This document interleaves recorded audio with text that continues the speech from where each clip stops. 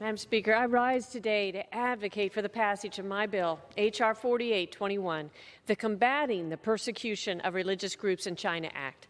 This urgently needed legislation will hold senior officials of the Chinese Communist Party accountable for the human rights violations and persecution of Christians and other religious groups in China. The Chinese Communist Party believes any religion threatens its control over society. As a result, the CCP is carrying out a systemic crackdown on all religions to control and manipulate every aspect of faith. This includes the closing and destruction of churches, installing surveillance equipment on church property, forcing the modification of religious teachings to conform with the objectives of the government, and the wrongful imprisonment of thousands of individuals. Through the Defending Freedoms Project, I am a congressional advocate for three of these religious prisoners: Pastor John Saul, Pastor Zhang Xiaojia, and Pastor Wang Yi. Each were sentenced to several years in Chinese prisons on illegitimate charges for practicing their faith. This is unacceptable, and it must end.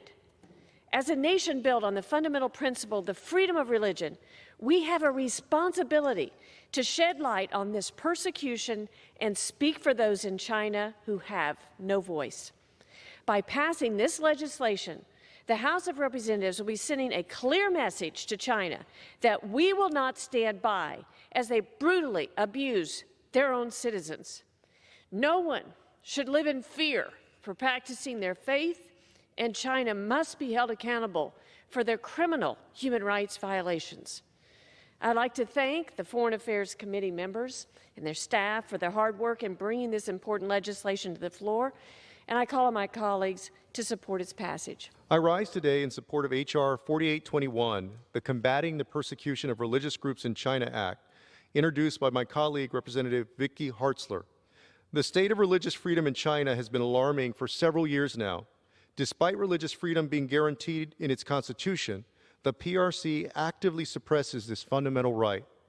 While this government's systematic orchestration of genocide and crimes against humanity against the Uyghur people and other ethnic and religious minorities in the Uyghur region has been widely broadcast across international media, followers of a variety of religious faiths and traditions have long experienced religious persecution in China. The ability to freely practice one's religion or engage in worship has continued to deteriorate. Those who bravely speak out against the infringement of religious freedom or refuse to join state-sanctioned religious organizations face the PRC government's inhumane repression and human rights abuses. Thousands of religious leaders and worshipers have been harassed, detained, disappeared, tortured, physically abused, sentenced to prison, or subjected to forced labor and indoctrination due to their religious affiliation or the practice of their religious beliefs. Some have been pressured to renounce their religious beliefs.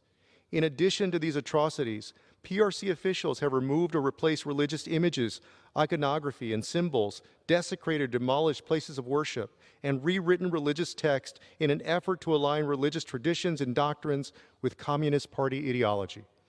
This is unacceptable, but infringement on personal rights has become business as usual in China. Nobody should be forced to endure discrimination because of their religion anywhere in the world. Congress must act now to support efforts to protect and promote religious freedom in China and to protect adherents of all religious faiths in China.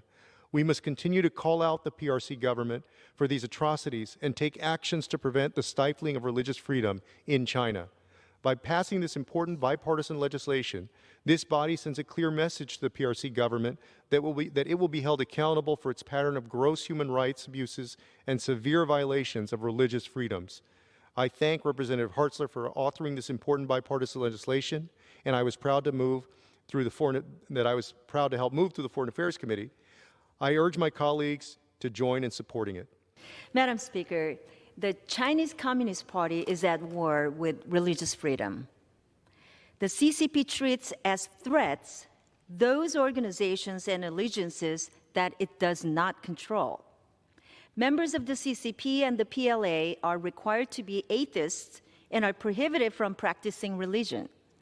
National law effectively prohibits young people in China from receiving any religious education. Xi Jinping is ramping up the so-called sinicization of religion, expressly demanding that religious groups support the control and ideology of the Chinese Communist Party. And the consequences for those who refuse to submit are brutal. House church Protestant Christians, underground Catholics, Tibetan Buddhists, Uyghur Muslims, Falun Gong practitioners, and other people who seek to worship freely are repressed. The State Department's annual religious freedom reports note deaths in police custody. They also state that the PRC tortured, physically abused, arrested, disappeared, detained, sentenced to prison, subjected to forced labor, and harassed adherents of both registered and unregistered religious groups for activities related to their religious beliefs and practices. Both the Trump and Biden administrations have correctly recognized the PRC's brutal crackdown and forced encampment of Uyghur Muslims and other minorities in Xinjiang as a genocide involving crimes against humanity. According to credible reports, more than 800,000 Muslim children have been separated from their families. Just this week, 90-year-old Catholic Cardinal Joseph Jan is on trial in Hong Kong, one of several Catholic bishops imprisoned and actively persecuted by the CCP. Numerous Protestant pastors remain in detention, and the government continues to demolish church buildings and crosses. Religious believers in China deserve our prayers and our respect and our support. This bill before us today will ensure that CCP officials responsible for this persecution are identified, sanctioned, and denied visas into the United States.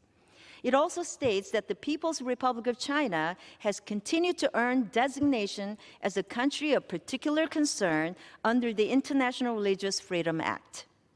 It calls for efforts by the United States, including diplomacy at the highest levels, to promote the protection of Christians and other religious minorities inside China. And it expresses the sense of Congress that the UN Human Rights Council should formally condemn the PRC for its ongoing genocide in Xinjiang, as well as persecution of Christians and other religious groups. The inability of that council to condemn such massive human rights abuses is an indictment of its effectiveness. I want to thank the gentlelady from Missouri, Ms. Hartzler, for introducing this important bill, of which I'm a proud co-sponsor. It deserves our unanimous support. And I want to thank Vicki Hartzler for authoring this very, very important and extraordinarily timely resolution. Under Xi Jinping, the Chinese Communist Party is waging war against all faiths: Christians, Falun Gong, Tibetan Buddhists, Muslims, the Uyghurs.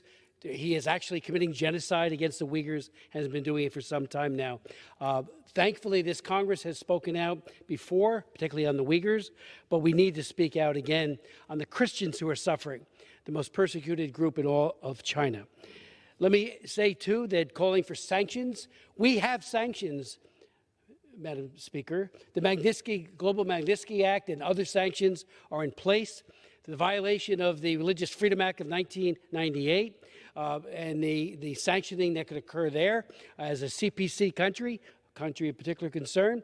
I do believe we need to do more to hold individuals and collectively the Chinese Communist Party to account. And that goes for all. That goes for Trump when he was in office. It goes for President Biden now. We should have done more. We need to do more now because it is all-out war on religions. I wrote an op-ed in the Washington Post in 1998. I entitled it, "The World Must Stand Against China's War on Religion," and noted that the synodization, making all faiths comport to Xi Jinping's horrible, nightmarish vision for that country, needs to be incorporated, and whole texts, the Bible text and sacred scriptures of all faiths being rewritten in order to comport again with his socialist ideology. In 1994, after Tiananmen Square, I went to China, went there many times, barred from going now, and I met with Bishop Xu of Baoding province. Here was a man who spent years being tortured, being deprived of food, but especially being tortured because they are terrible, terrible usages of cattle prods and all the other terrible things that they do in Chinese prisons, the Lao guy.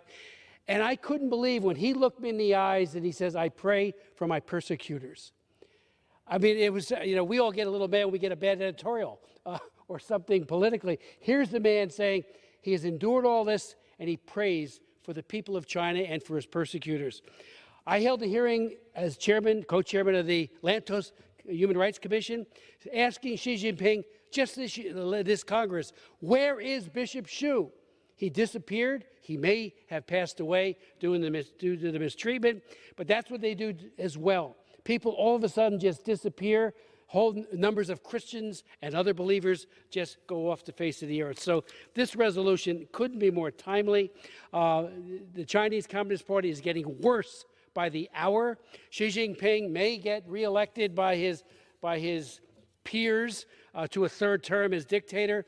Our hope is that the Chinese Communist Party will realize they bring gross dishonor to China by their gross misbehavior. Thankfully, the UN High Commissioner, as we all know, just released a report calling out China for its genocide.